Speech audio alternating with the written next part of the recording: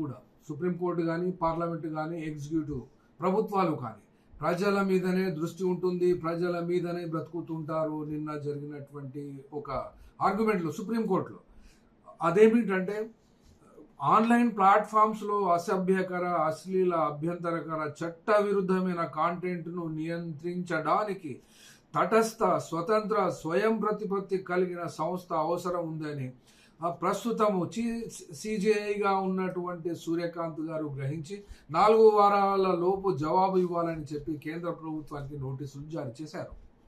దీని వెనక ఉన్నటువంటి నేపథ్యము ఒక కేసు విషయంలో తల్లిదండ్రులు చేసుకునేటువంటి సెక్స్ విషయం పట్ల జవాబు ఇస్తూ ఒక యూట్యూబర్ ఇచ్చినటువంటి దాన్ని ప్రస్తావించి ఈ రకమైనటువంటి తటస్థ, స్వతంత్ర, స్వయం ప్రతిపత్తి కలిగిన అంటున్నారు. సరే, ఓకే. ఇంకొక ప్రశ్న కూడా వేస్తున్నాడు. ఇక్కడ సహజంగా కూడా పాజిటివ్గా తీసుకోవాల్సినటువంటి అంశము కూడా ఒకటి ఉన్నది. అసమ్మతి ప్రజాస్వామ్యంలో ఒక భాగంగా ప్రజలు ప్రతిరోజు ప్రభుత్వానికి వ్యతిరేకంగా రాస్తుంటారు. అకస్మాత్తుగా ఏదైనా యూట్యూబ్లో పెడితే దానివల్ల లక్షలాదిగా బాధితులవుతారు అమాయకులు.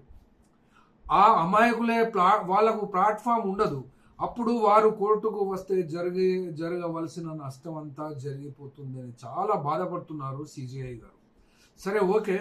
కానీ ఈ లెక్క ప్రకారమే గనక చూస్తే ఈ యొక్క చట్టం తీసుకురావాలి, చట్టం తీసుకొచ్చి నియంత్రించండి. అసలు యూట్యూబ్లు ఏవద్దు, సోషల్ ప్లాట్ఫామ్స్ ఏవద్దు, ఏమీ లేకుండా గోధి మీడియా మాత్రమే నడిపించాలి.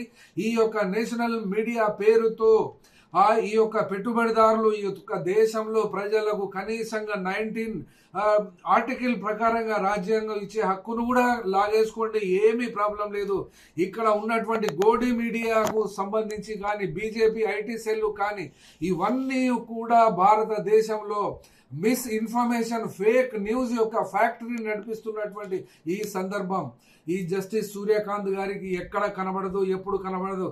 G news, Republic, Times Now, India TV, Aaj Tak, India Today, ABP news, Sudarshan news, CNN news 18, TV9, Bharatvarsh, NDTV, వియాన్ ఇవన్నీ కలిపినా కూడా టోటల్గా 918 ఛానల్స్ ఇక్కడ సెటిలైట్ ఛానల్స్ డౌన్ లింక్ చేసుకోవచ్చు. దీనికి అదనంగా అడిషనల్గా బీజేపీ ఐటీ సెల్ ప్రాపగండా చేస్తుంటుంది. దీనికి ఏం జవాబు చెప్తారు సిజేఐ గారు?